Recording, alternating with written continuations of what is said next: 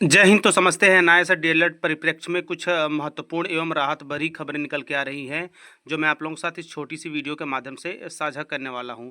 ऐसे में यदि ऑफिशियली देखें 2 से 4 दिन के अंदर, तो अभी तक किसी डेट की कोई मेंशनिंग नहीं हुई है, लेकिन इसी बीच एनसीटी ने भी अपना महत्वपूर्ण काम किया है।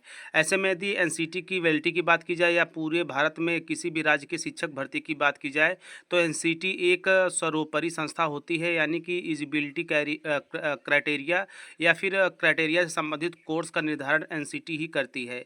तो ऐसे में ऐसे ही दोनों जो है कि लोकसभा विधानसभा से पारित होने के उपरांत एनसीटी अप्रूवल पर ही एनआईए से डीएलएड कोर्स 17-19 सेशंस में संचालित किया गया था। भारतवर्ष के सबसे बड़े एवं सबसे अधिक अभ्यर्थियों ने इस कोर्स को कंप्लीट किया। हालांकि अभी लगभग 2023 के जजमेंट के हिसाब से एनआईए से डीएलएड को बाहर किया गया। इसी क्रम में अभी भी ऐसे कई एनआईए से डीएलएड अभ्यर्थी हैं जो सरकारी सेवाओं पर अपनी जो है कि सेवाएं दे रहे हैं। इसके साथ साथ जो एस्पिरेंट्स हैं वे भी होप कर रहे हैं सुप्रीम कोर्ट के नए जजमेंट के आधार पर कि हमें शिक्षक भर्ती में मौका मिलेगा। तो शिक्षक भर्ती को आधार बनाते हुए हम वर्तमान समय में और क्या महत्वपूर्ण चीज़ें आ रही हैं राहत भरी खबर के रूप में या अपडेट के रूप में, उसको समझेंगे। सबसे पहले यदि बात की जाए आदर्श कुमार श्रीवास्तव सर की तरफ से, तो देखिए जो टीपी है, जो ट्रांसफ़र पिटीशन है, या हम यूँ जो कह सकते हैं कि जो स्थानांतरण याचिका है जिसको लीड आदर्श श्रीवास्तव सर कर रहे हैं, उनकी तरफ से महत्वपूर्ण जो है कि अपडेट ये निकल के आ रहा है कि ट्रांसफ़र पिटीशन केस में एनसीटी ने अपना वकालतनामा फाइल कर दिया है। जी हाँ, यहाँ पे ये काफ़ी खास चीज़ है, क्योंकि हम सभी को पता है कि यदि एनसीटी क्लियर तौर पे एनआईए से डीएलएड को लेकर किसी तरह का जो है कि लेटर या फिर स्टेटमेंट जारी करती है, तो जाहिर सी बात है जजमेंट पर फर्क पड़ेगा। और जैसे ही एनसीटी ने जो है कि अप्रूवल के रूप में स्टेटमेंट या जो है कि किसी तरह का कोई ऑफिशियल लेटर, चाहे वो सुप्रीम कोर्ट पे सुपुर्द कराए या फिर अपने एनआईए से DLED.nic.in पर एनसीटी जो है कि अपने ऑफिशियल लेटर को जो है कि पब्लिश करती है, तो वहाँ से भी सभी समस्याएं समाप्त हो जाएंगी। तो देखिए यहाँ पे कहा जा रहा है कि ट्रांसफ़र पिटीशन केस में एनसीटी ने अपना वकालतनामा फाइल कर दिया है। हम सही दिशा में जा रहे हैं। सारे केस की सुनवाई इसी महीने में होगी। जी हाँ, इसकी शुरुआत इसी सप्ताह से होगी। 6 तारीख को टीपी की सुनवाई नहीं थी, बल्कि जो एसएलपी टैग हुई है उसमें थी। और उस एसएलपी टैग में भी जो निम्नलिखित बिंदुओं को छोड़ा गया और जो ऐड किया गया उसको भी मेंशन किया गया है। और सबसे महत्वपूर्ण जो टीपी में मेंशन किया गया था, या हम सॉरी सबसे महत्वपूर्ण जो एसएलपी में मेंशन किया गया था कि क्या 18 महीने का डीएलएड कोर्स जो है कि 24 महीने या यानी कि 24 महीने डीएलएड कोर्स के इक्विवेलेंट समझा जाए। तो इसी के संबंध में और भी महत्वपूर्ण सुनवाई है। और यदि बात की जाए जो कि एसएलपी की, तो जिसके साथ जो है कि एसएलपी के साथ, या हम यूँ कह सकते हैं कि जो टीपी है उसके साथ एसएलपी टैग हुआ है, जिसकी सुनवाई भी इस माह के अंतिम जो है सप्ताह में आपको देखने को मिलेगी। बात रह गई रिव्यू पिटीशन का, तो उसका अभी ऑफिशियली डेट अनाउंसमेंट नहीं हुआ है। तो देखिए इसमें कहा जा रहा है, और मेन बातें ये कहा जा रहा है कि इसकी शुरुआत इसी सप्ताह से होगी। 6 तारीख को टीपी केस की सुनवाई नहीं थी, बल्कि जो एसएलपी टैग हुई है उसमें थी। तो ऐसे में मोटे मोटे तौर पे देखा जाए तो लगभग 20 दिन का यह समय है, और इसमें जो टीपी प्लस एसएलपी टैग हुई हैं उसकी सुनवाई इस महीने के लास्ट वीक में देखने को मिलेगी, जो कि अपने आप में काफ़ी निर्णायक होगा।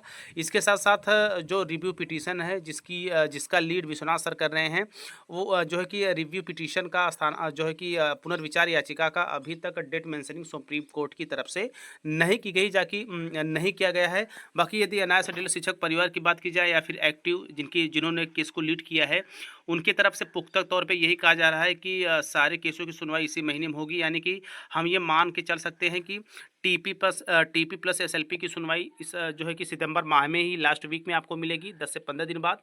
इसके साथ साथ रिव्यू पिटीशन देखना काफ़ी निर्णायक होगा कि उसकी डेट क्या टीपी प्लस एसएलपी के पहले होती है या टीपी प्लस एसएलपी के बाद होती है। यहाँ पे 2 केसों की जो है कि महत्वपूर्ण सुनवाई लगातार चल रही है, और अपने आप में एसएलबी जो टैग हुई है वह भी महत्वपूर्ण रोल अदा कर रही है। और इसके साथ साथ रिव्यू पिटीशन महत्वपूर्ण है ही, इसके साथ इसी क्रम में 2 और केस भी टैग हो चुका है। तो सब मिलाकर कुछ राहत भरी खबरें हैं, हम लोगों को ऐसे ही डटे रहना है। इसके साथ साथ आदर्श श्रीवास्तव सर ने काफ़ी लंबे समय बाद पोस्ट के माध्यम से सभी जो अटकलें थी उसका जो है कि उन्होंने निराकरण किया। जो समस्याएं थी, जो शंका ये बना हुआ था कि जो है कि सुनवाई क्यों नहीं हो पा रही है जो है कि ट्रांसफ़र पिटीशन का, और इस पिछली जो सुनवाई हुई है एसएलपी का, उसमें ट्रांसफ़र पिटीशन टैग था, या हम यूँ कह सकते हैं टीपी में एसएलपी टैग था। तो उस दिन यही वजह थी। और यहाँ पे सब मिला जुला कर 3 जो केसेस चल रही हैं, चाहे एसएलपी प्लस टीपी की बात की जाए 2 हो गई, या फिर इसमें जो है कि रिव्यू पिटीशन की बात की जाए, आरपी की बात की जाए 3 हो गई। यह किसी भी केस की यदि महत्वपूर्ण ढंग से सुनवाई होती है, किसी भी केस में न्याय सर डीएलएड पक्ष में कहीं भी सुप्रीम कोर्ट की तरफ से टर्निंग पॉइंट आता है, तो ज़ाहिर-सी बात है बाकी और बचे केसों में सेम जजमेंट सुनाया जाए। क्योंकि आपने भी देखा होगा कि सुप्रीम कोर्ट में सेम मैटर पे जो भी केस होती है उन्हें टैग कर दिया जाता है, जिसका कि वर्तमान में हमें प्रमाण के तौर पे एसएलपी जो है कि जो होती एसएलपी जो है कि एडवोकेट के जो है आग्रह पे एसएलपी प्लस टीपी को टैग एसएलपी प्लस टीपी को टैग किया गया है। इसके साथ-साथ रिव्यू के लिए भी प्रयास जारी है, और यहाँ पे सबसे महत्वपूर्ण या राहत भरी खबर के तौर पर हम ये भी समझ सकते हैं कि इसी महीने में जिस तरह से आदर्श श्रीवास्तव सर ने अपने मजबूत स्टेटमेंट के साथ चीज़ों को स्पष्ट किया है, ईश्वर करे कि जल्द से जल्द केस की मेंशनिंग सुप्रीम कोर्ट के द्वारा हो और उसकी मजबूत सुनवाई हो। क्योंकि यदि स्पेशली तौर पे यदि भारतवर्ष में सबसे ज़्यादा शिक्षकों की बात की जाए तो उत्तर प्रदेश और बिहार है, और उत्तर प्रदेश में भी लगभग आपको 97,000 या 55,000 प्लस की शिक्षक भर्ती आपको देखने की मिलेगी। उससे पहले यूपी टेट, और इसी क्रम में बिहार बीपीएससी 0.4 का जो फेज है उसका भी विज्ञापन जल्द ही आपको सितंबर, अक्टूबर या फिर नवंबर में देखने को मिल जाएगा। इसके साथ साथ हरियाणा में भी जो है भर्ती आई है, इसके साथ साथ उत्तराखंड में भी भर्ती आएगी 5,000 शिक्षकों की, वहाँ पर भी लगातार बात चल रही है। तो सब मिलाकर सभी जगह जो भर्तियाँ निकल के आ रही हैं, स्पेशली प्राइमरी लेवल का, तो जाहिर सी बात है एनआईए शेड्यूल वैलिड होता है, तो हम सभी शिक्षक जो खासकर तैयारी कर रहे हैं, शिक्षक भर्ती के सपने बुन रहे हैं, उनका सपना भी साकार होगा और उनका कैरियर की दशा और दिशा भी सुधरेगी।